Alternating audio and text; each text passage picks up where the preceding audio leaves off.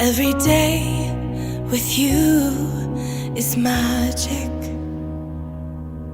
Every kiss is better than the last. It's a home I've never known, a place I know will last. For a lifetime of I love yous, two hearts, one beat. You whisper to me, be mine. For a lifetime, it's the little things that make our hearts meet. It's like I can hardly breathe when you say my name. I know we've waited and we've prayed, and here we are for a lifetime.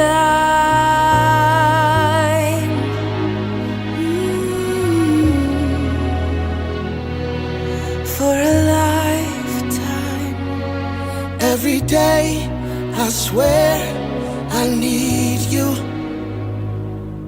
With each glance, I love you more and more.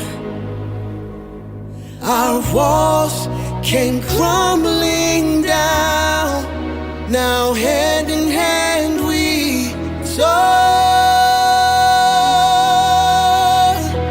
For a lifetime of I love yous, two hearts, one beat. You whisper to me, be mine. For a lifetime, it's the little things that make our hearts meet. It's like I can hardly breathe when you say my name. I know we've waited and we've prayed, and here we are for a lifetime.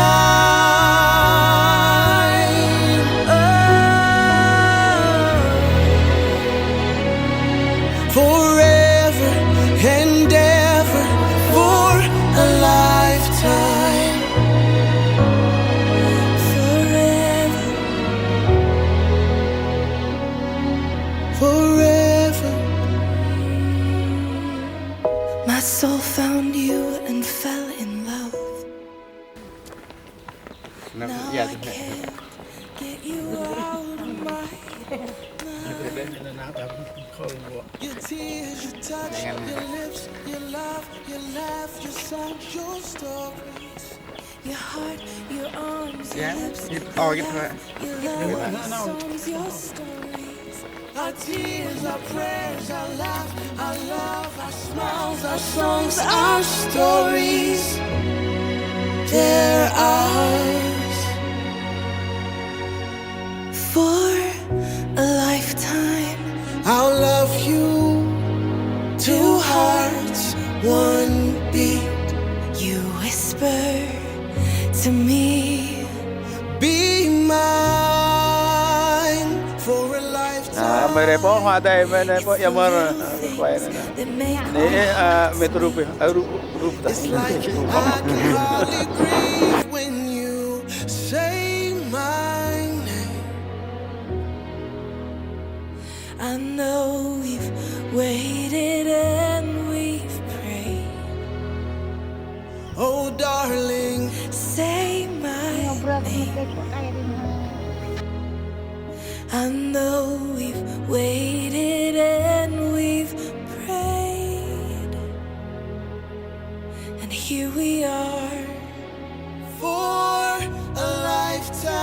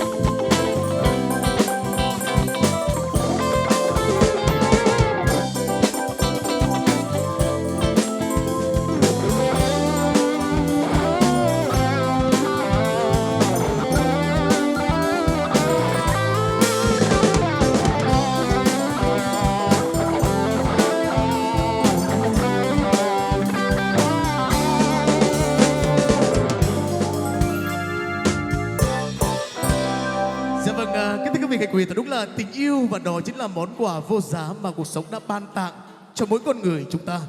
Tình yêu khiến con người xích lại gần nhau, đôi tâm hồn cuối cùng xúc chụt đồng cảm, hai trái tim cuối cùng một nhịp đập.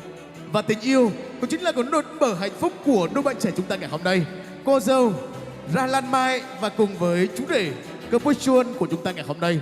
Và như vậy là sau những ngày tháng quen biết và tìm hiểu, được sự tạo dựng vun vén của cả hai bên gia đình, được sự đồng tình của đôi bạn trẻ, và ngày hôm nay quý vị đang được có mặt tại khuôn viên của gia đình họ nhà gái chúng tôi để chúng ta cùng chúc mừng hạnh phúc trăm năm.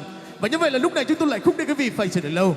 Xin mời quý vị chúng ta lại hướng về cổng chính của hội trường, nơi bắt đầu cổng hoa, nơi bắt đầu khăn đỏ, và chúng ta cùng dành những tràng tay lớn nồng nhiệt để cùng chào đón cặp đôi anh ương mới của chúng ta ngày hôm nay. Và kính mời cô dâu và chú rể sẽ cùng tay chung tay, vai kề vai, dìu nhau bước lên sân khấu lễ đài hạnh phúc của mình. Xin được trân trọng kính mời. Vâng, kính mời cô dâu Ra Lan Mai và cùng với tay chung tay với chú rể Cơ Bôi Chuôn của chúng ta, và cùng dắt tay nhau trở về với lễ đài hạnh phúc của hai bạn trong chương trình ngày hôm nay. Trước sự chứng kiến và sự góp mặt của quý vị khách quý, chúng ta đang được hiện diện tại khuôn viên của đại gia đình họ nhà gái để chúng ta cùng chúc mừng hạnh phúc trăm năm của hai bạn trong chương trình lễ thành hôn ngày hôm nay. Và kính mời hai bạn trở về với sân khấu tình yêu. Quý vị các bạn thân mến, thật đúng là khi mùa hạ đã đi qua và mùa xuân đã tới, và quý vị thì lúc đó tình yêu của hai bạn rất đẹp, rất lãng mạn, thật hạnh phúc, như trăm hoa đua nở trong mùa xuân, như hương thơm ảo ạt của mùi hoa sữa trong mùa thu, và rồi những ngọn lửa sưởi ấm trong mùa đông. Và xin được chào đón hai bạn trở về với sân khấu tình yêu. Xin mời và xin quý vị một cái tình cảm yêu thương đặc biệt nhất dành đến cho các bạn trẻ, và đó chính là chàng bắt tay đây nào. Và một tràng tay thật lớn nồng nhiệt của quý vị chào mừng đi nào. Vâng, thật tuyệt vời. Xin cảm ơn quý vị rất là nhiều.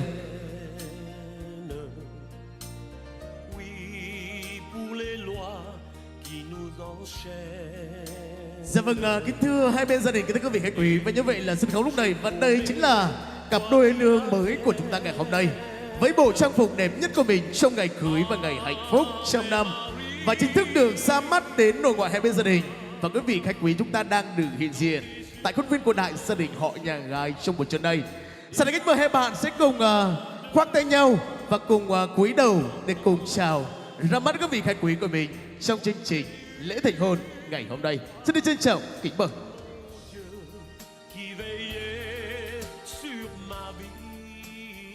Dạ vâng, kính thưa quý vị khách quý, thật đúng là ơn cha thì nặng như nông thái, và đức mẹ hiền thì lại sánh tử biển khơi. Dù có dâng hết cuộc đời không sao trả hết ơn người sinh ta. Và như vậy là trong niềm vui và sự hạnh phúc tuyệt vời của đôi bạn trẻ lúc này, chúng tôi lại không thể không nhắc đến các bậc sinh thần và những người dựng dùng. Và kính mời bên phía gia đình họ nhà gái chúng ta lên sân khấu lúc này. Xin được trân trọng kính mời quý ông Cờ Pá Hiên.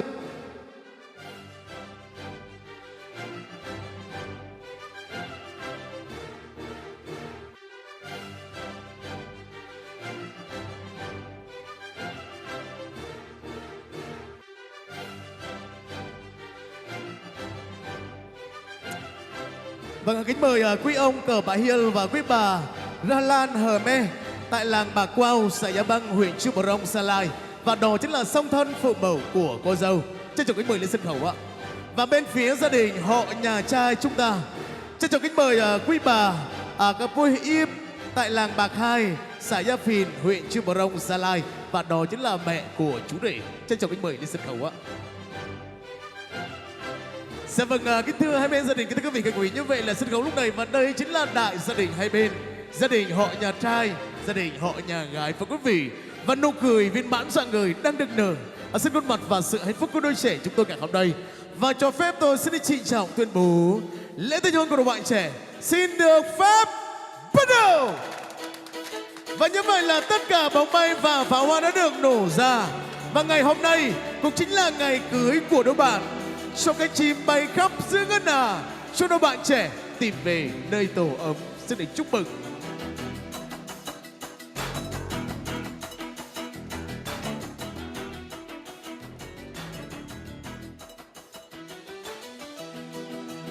Xin tặng lên cúc cơ tua ca sang no phùng hoàng rùi đoà cả bình dù. Cúc cơ bí bà bình ta, ơi dạ miệt đồng dòng thời dụt yêu bè tài sĩ. Pio rai mung hiam klak ke binta. Trulai bay sang no ke dah benai ke benyu. Yang hok mak rampit ke tuaga sang no. Harai hok mak rapakol ke tua judum dra. Anapa benyu. Len trumanin len sang no benyu mau to chum ke ping pa binta. Play tay hang play chi. Binta at more tru bay sang no benyu. Len lui lek prak no hoang de glek lo binta. Len pio rai đây yang tru hi bay sang no ke tuaga phung wang rui roa benyu. Yang bohi len tuaga sang no phung wang ching sa bo sang. Len tua chutum dra len bay re này mung đây ching cái bên này lên. Đúng mây ching po bật la cơ sang no yang út cơ ping pa binta. Yang re tầng đây hiam tông tay hiam trei chan len non mo telai nuk doa rem re dombung. Đúng này mereka len sang no cái đập này yang mui biak la telai hiap ri ke ping pa binta.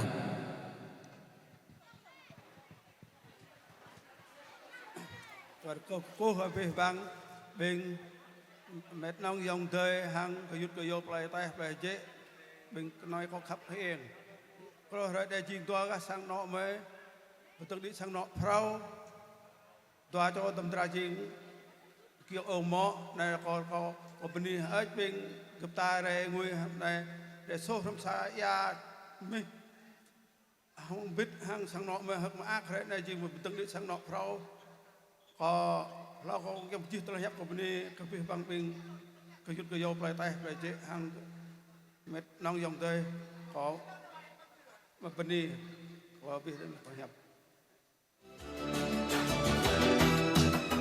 ปนีmình ta mình là tây hiệp cơ sang no lần đạp bên đây là ma cái đạp bên đây bên la cơ tua cái sang no phùng hoàng rùi đoa bình du mau tây bên này cơ pi pa bình ta ơi dạ miệt đông dòng tây dịch là tài chi màu tru bay sang no bình du một vùng đây ra câu cơ pi pa bình ta Portugal Prong là hóc bạc đam bên sang no bình du bên này cơ pi pa bình ta. Và như vậy là quay trở lại sân khấu lúc này chúng tôi mời quý vị chúng ta sẽ đến với phần đó chính là tất cả nghi thức của buổi lễ tân hôn của đội bạn trẻ ngày hôm nay sẽ cùng tiếp tục diễn ra. Sau đây kính mời hai bạn chúng ta đến với phần đó chính là nghi thức dâng rượu sâm banh cho bố mẹ hay bên gia đình. Hai ly đầu tiên kính mời hai bạn chúng ta cùng nhận và dâng lên bên phía gia đình họ nhà gái bố mẹ của cô dâu. Và kính mời Y Chuan sẽ cùng dâng lên cho bố của cô dâu ly rượu báo hiếu của mình. Và kính mời Lan Mai sẽ cùng dâng lên cho mẹ của mình. Và đó chính là ly rượu báo hiếu trong chương trình lúc này. Kính mời hai bạn chúng ta lại nhận thêm cho mình. Và đó chính là một ly tiếp theo. Và cùng dâng lên cho mẹ của chú rể chúng ta. Làm con phải hiểu em ơi hãy nhớ. Và thật đúng là ly rượu dâng lên cho bố và mẹ, một là để chúc phúc, hai là để báo ơn. Ly rượu tràn đầy hạnh phúc dâng lên chúc phúc mẹ cha, vì con mà bố mẹ chống già, ơn sâu nghĩa nặng như là biển Đông. Và chúng tôi là mời hai bạn chúng ta cùng quay trở lại với vị trí của mình đấy ạ. Đó chính là ở sân khấu ạ. Hai bạn lui lại phía sau một chút xíu nào. Hai bên gia đình chúng ta cùng tiến lên.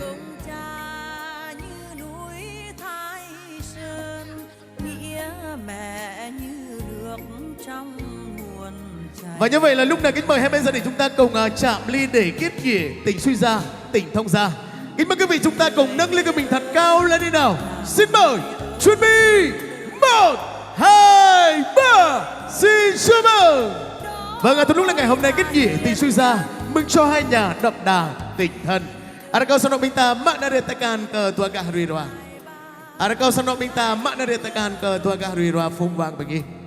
Ada kau ke bih peminta Portugal Prong bersama begitu. Beri ke bih peminta. Trung nem markau sanok minta cepakrun. Ada kau sanok minta cepakrun là hốc bạc rầm bên cờ bih vang. Và kính mời hai bên gia đình chúng ta trở về với bàn tiệc dân sự của mình. Kính thưa quý vị khách quý, như vậy là sân khấu lúc này vẫn còn hai người đẹp mãi của chúng ta. Và đó chính là cô dâu và chú rể với bộ trang phục rất là đẹp trong ngày cưới. Và quý vị, kính mời hai bạn chúng ta lại gần với tầng bánh gato, thực hiện nghi thức cắt bánh và cùng chia sẻ niềm hạnh phúc của mình. Xin mời. Và như vậy là hai bạn có được niềm vui và sự hạnh phúc ngọt ngào đến lúc này. Hai bạn đã trải qua và đó chính là tất cả mọi xúc cảm của tình yêu. Đến rồi ngày hôm nay họ đã về với nhau với một mái ấm gia đình, sự hạnh phúc trọn vẹn và quý vị. Và nơi đó sẽ có tiếng trẻ thơ và bếp lửa hồng và cùng vun đắp tình yêu và cùng xây dựng mái ấm gia đình và sự hạnh phúc trọn vẹn. Xin được chúc mừng. Tiếp theo kính mời hai bạn chúng ta lại gần với và đó chính là tháp champagne phát lên tình ái của mình và thực hiện nghi thức rót rượu champagne của ngày cưới ạ. Xin mời hai bạn. Và như vậy là chúng ta đã được chứng kiến hai bạn đang cùng nhau tay chung tay vai kể vai và cùng rót ra mật ngọt của tình yêu và sự hạnh phúc ở trong chương trình và quý vị. Và thật đúng là tình ta như rượu với men, đắm say ngây ngất ai dành trở qua. Em ơn ta nguyện cùng nhau rằng lòng tóc bạc mãi thương nhau hoài. Và từ nay hai bạn đã có đôi, đắng cay cùng hưởng và ngọt bùi cùng sẻ chia. Xin được chúc mừng hạnh phúc trăm năm. Ngày vui nhất trong cuộc đời, ngày em sẽ là một nửa của anh. Tiếng chuông ngân lên, giờ thiêng liêng đến rồi. Và như vậy là chúng ta đã được nhìn thấy hai bạn trẻ chúng ta ngày hôm nay rất là lung túng trong tất cả nghi thức của buổi lễ thành hôn ngày hôm nay, phải không ạ? Và đó chính là minh chứng cho lần đầu tiên lấy vợ lấy chồng hơi bỡ ngỡ một chút xíu, phải không ạ? Không sao cả. Sau đây kính mời hai bạn chúng ta cùng quay trở lại trung tâm sân khấu ạ và đến với và đó chính là nghi thức giao bôi. Và chúng tôi làm mời quý vị chúng ta có chuẩn bị cho mình đó chính là những cái ly đi ạ. Ai có bia chuẩn bị bia, ai có nước ngọt. Và chúng tôi mời quý vị chúng ta cùng chuẩn bị và cùng rót đầy ly bia, ly nước ngọt của mình. Và chúng tôi mời hai bạn chúng ta cùng chéo tay và uống ra bôi. Xin mời quý vị chúng ta cùng nâng ly của mình thật cao lên đây nào. Và chúng ta cùng đồng hôn 1, 2, 3 thật lớn đi ạ. Xin mời, chuẩn bị 1, 2, 3. Xin chúc mừng. Vâng, chúc mừng chúng thể trăm năm tình viên mãn bằng đầu nghĩa vô thề. Và xin được chúc cho gái giữ sắc son trọn nghĩa vợ, chúc cho trai ghi chung thủy vẹn tình chồng. Và chúc quý vị khách quý một bữa tiệc thật vui vẻ, ngon miệng và ngập tràn niềm vui. Xin cảm ơn. Và quay trở lại sân khấu lúc này chúng ta sẽ đến với phần đầu chính là nghi thức trao quà. Vật lệ bên đường mình ta nó rất là biệt cả nam từng. Cái lệ mic sang no cái đầm này sang no cái đầm cây. Thực ra mình ta màu prabit lên, màu play lên quà mình ta. Cái biết lần tặng cờ tòa nhiều. Rất câu có bình ý lần đi bước lòng đây, biết lần tặng cờ tòa chủ đồng ra. Và đây chính là phần quà của nhà hàng Tâm Nhàn chúng tôi dành tặng cho hai bạn trong chương trình lúc này và quý vị. Phần quà tri ân của nhà hàng dành tặng để chúc cho hai bạn trẻ được trăm năm hạnh phúc. Xin cảm ơn nhà hàng rất là nhiều. Và như vậy là mỗi con người chúng ta sinh con ra và nuôi con khôn lớn trưởng thành. Và được nhìn thấy đứa con của mình khôn lớn và trưởng thành. Và đó chính là niềm hạnh phúc rất là lớn phải không ạ? Và như vậy là ngày hôm nay khi mà đứa con của mình đã khôn lớn và được lập gia đình thì gia đình họ nhà gái chúng ta đã tổ chức và đó chính là một buổi lễ thành hôn rất là hoành tráng phải không ạ? Và như vậy là sự có mặt của quý vị khách quý đã mang đến và đó chính là một cái khuôn viên của gia đình ấm áp hơn rất là nhiều. Và như vậy là ngay trong lúc này chúng ta đã được nhìn thấy và đó chính là phần quà và tình cảm của bố mẹ dành cho con cái rất là thiêng liêng và cao cả phải không ạ? Rất được cảm ơn và rất được chúc mừng.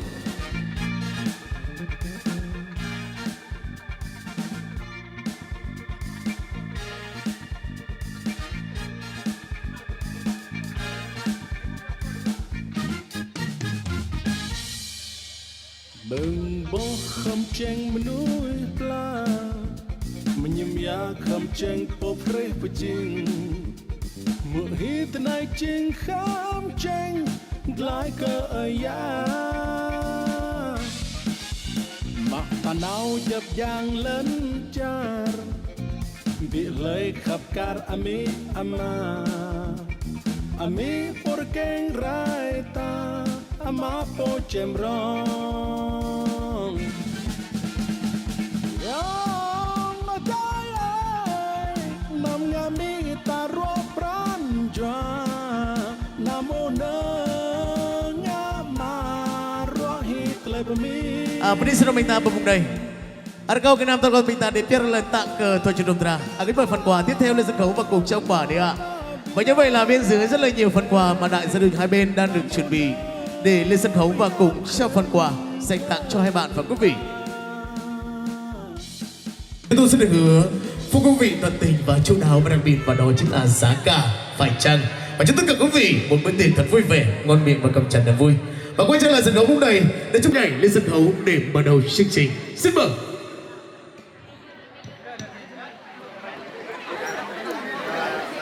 Má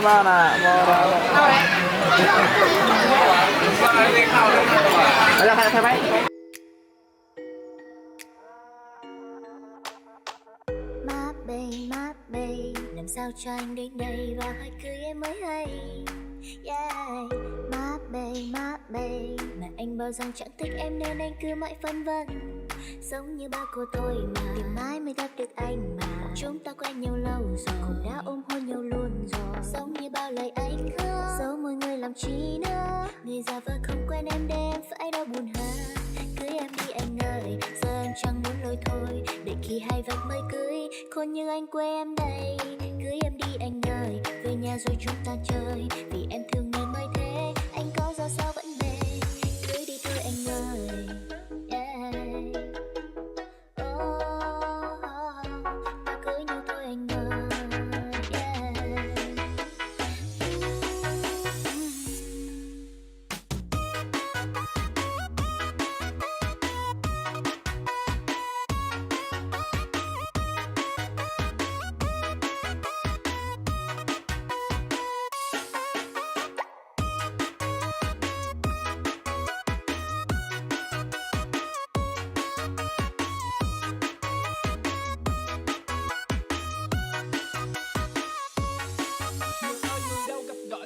Khi nào kiểu đỏ được rước nàng đi, xông ra chú bác bạn gì góp mặt chung vui vào ngày hoan hỷ. Con gái là con gái rượu, đây là phi vụ cả 100.000 tỷ. Xính lễ cũng chẳng có gì, một chai rượu mừng 1 tấn vàng y. Em ơi mình cưới nhau đi, kể từ cái ngày xét đánh không chết thì anh đã kết lấy em về nhà. Chúc sợ vậy luôn cho bớt công cơn, ngày mà em va vào cuộc đời anh phá tan cô đơn và đã không đo là em đã nợ cả đời kiếp nợ thằng cu tí. Mình cưới nhau đi.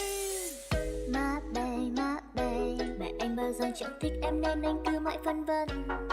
Yeah, má bê, kể ai mặt ai có nơi cũng chẳng quan tâm thế cho nhai. Giờ tính sao?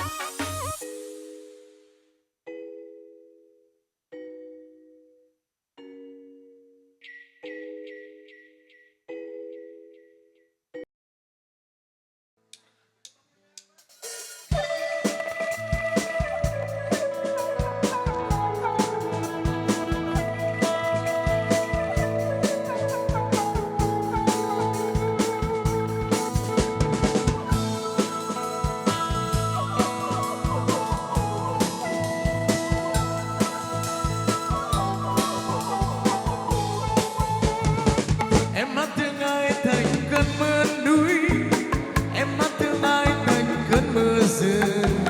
Sao suy trong tôi lời con sóng phá, câu hát xa ru rừng thu mơ màng.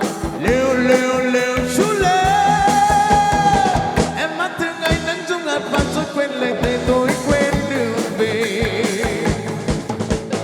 Dù giờ câu hát xa lại, vẫn cuồng sông nước xa lại. Lêu chú lêu. Em hát thương anh nắng sông hạt bằng cánh chim gọi đàn xôn xao đại ngàn. Em hát thương ai thành cơn mưa núi, em hát thương ai thành cơn mưa rừng. Sao suy trong tôi lời cơn sóng phá, câu hát ra đưa rừng thu mơ màng. Lêu chú lêu. Em hát thương ai đang quên rượu hè rồi quên lời thề tôi quên đường về.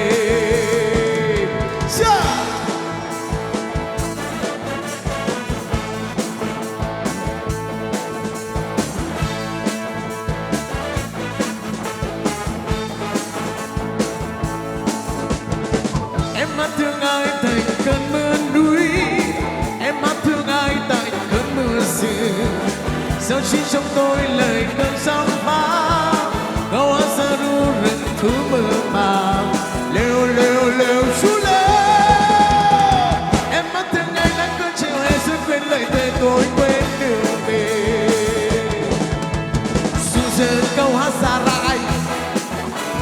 bâng khuâng sông nước xa rải. Lưu lưu lưu lưu chú lê, em mắt thương anh rung ngàn vang anh chim gọi đàn xôn xao đại ngàn. Lưu chú lê, lưu chú lê, lưu chú lê, lưu chú lê.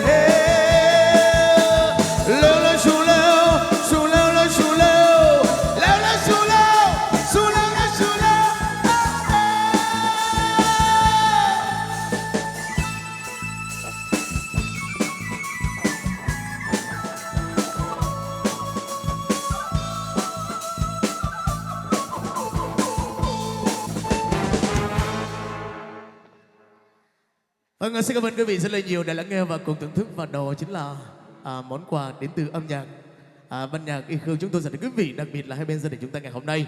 Và nói quay trở lại sân khấu lúc này, kính mời giọng ca của Amalanh. Sau ca khúc của Amalanh như vậy là chúng tôi đã nhận được sự yêu cầu rất là nhiều ở bên dưới. Sau ca khúc của Amalanh sẽ là giọng ca của Amadao, chuẩn bị nhanh.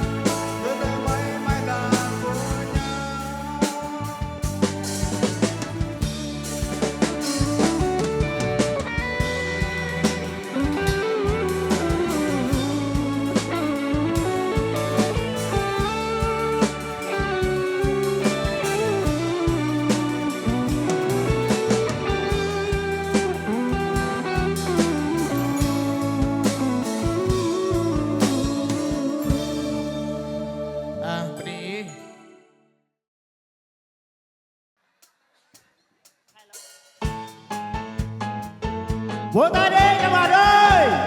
Woo!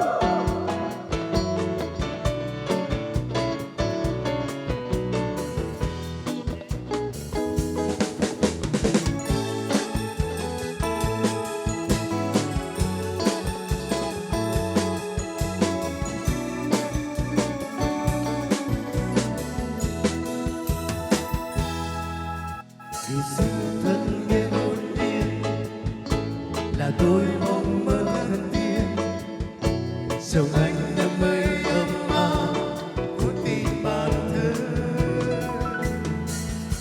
Ngày xưa phương rơi đầy sân, để ca hồn tôi nhẹ lần đến đâu mây đây là nơi tôi đến. Niềm tin đưa bàn tay lên trái tim mình, dòng bao nhiêu đam mê vang lên lời hát. Lời ca còn mãi cho và cho tôi, tình yêu còn mãi trong trái tim này, để cuộc đời còn mãi bao nhiêu niềm vui. Lời ca còn mãi cho và cho tôi,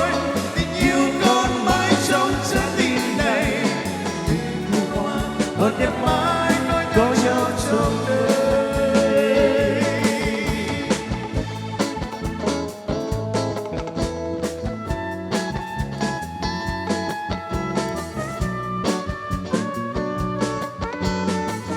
Bên ta kia nó biết dạ lần ca sĩ 8X 9X.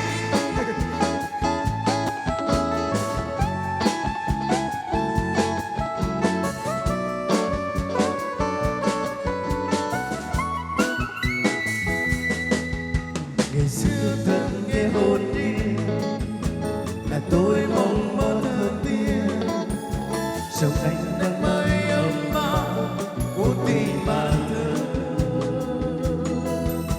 Ngày xưa phương rơi đầy sân, đàn ca hồn tôi nghe lên biết đâu mây đây là nơi tôi đến. Khi người sao niềm tin đưa bàn tay lên trái tim mình, do bao nhiêu đam mê vang lên lời hát. Lời ca còn mãi cho và cho tôi, tình yêu còn mãi trong trái tim này, để cuộc đời còn mãi bao nhiêu niềm vui. Lời ca còn mãi cho và cho tôi, tình yêu còn mãi trong trái tim này, còn đẹp mãi có nhau trong đời. Lời ca còn mãi cho và cho tôi, tình yêu còn mãi trong trái tim này, còn đẹp mãi cho bạn cho tôi.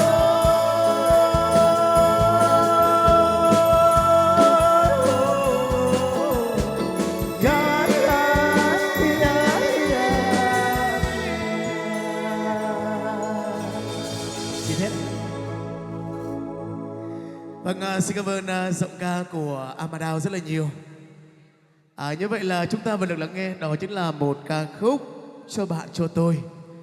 Như vậy là một ca khúc rất là xưa rồi. Và ngay bây giờ đây chúng ta được lắng nghe và cùng cảm nhận được tất cả, và đó chính là tình cảm của giọng ca đây đang được dành đến cho đôi bạn trẻ chúng ta ngày hôm nay. Và quý vị đáp lại giọng ca của Amadao, kính mời giọng ca của Amaquet lên sân khấu ạ. Hy vọng rằng giọng ca này sẽ mang đến cho khuôn viên của đại gia đình họ nhà gái chúng ta một cuốn luồng gió mới vọng ạ, và những ca khúc hay hơn nữa để chúng ta cùng chúc mừng hạnh phúc trăm năm. Xin mời.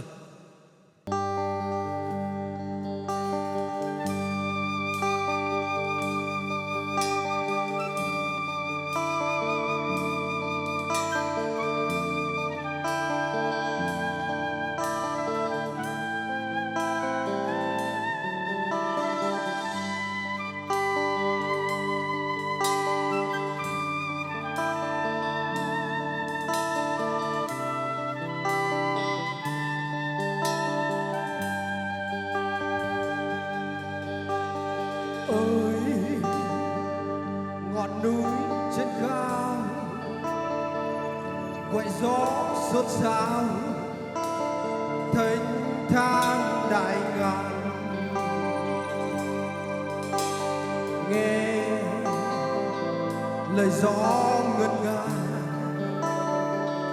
kể những câu ca.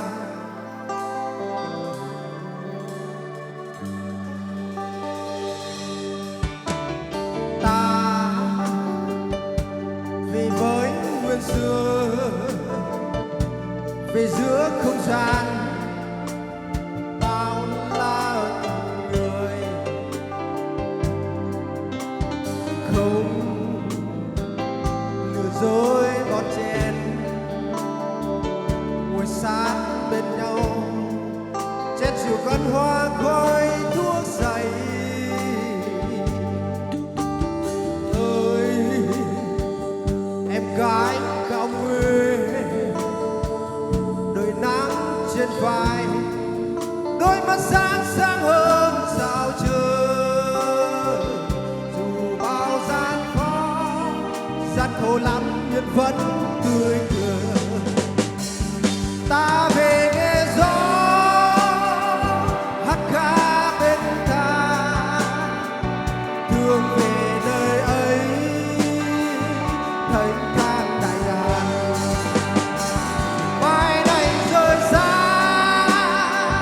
em có quên ta, xin gửi chút nắng cho ta lại về.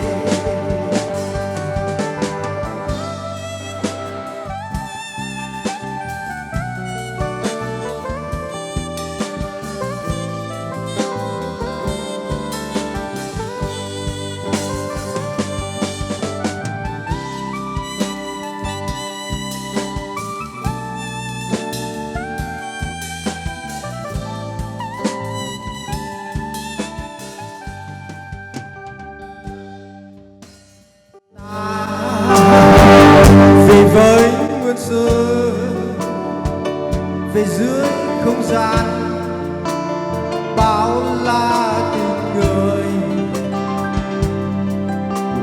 không lừa dối bọt chen, ngồi sát bên nhau chén rượu văn hoa khoai thuốc say. Nghe lời gió ngân nga kể những câu ca. Ôi cao nguyên với bao huyền thoại, chàng trai Tây Nguyên mang dòng máu hùng dũng thiên đường. Ta về nghe gió hát ca bên ta, thương về nơi ấy thênh thang đại ngàn. Mai này rời xa em có quên ta, xin gửi chút nắng cho ta lại về. Ta về nghe gió hát ca bên ta, thương về nơi ấy thênh thang đại ngàn. Mai này rời xa em có quên ta, xin gửi chút nắng cho ta lại về. Mai này rời xa em có quên ta, xin gửi chút nắng cho ta lại về.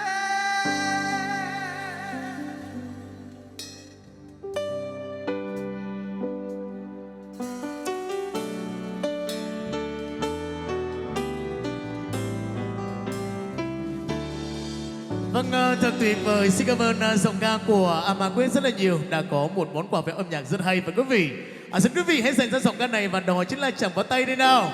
Và một tràng tay thật lớn đi quý vị ơi. Vâng, thật tuyệt vời. Xin cảm ơn.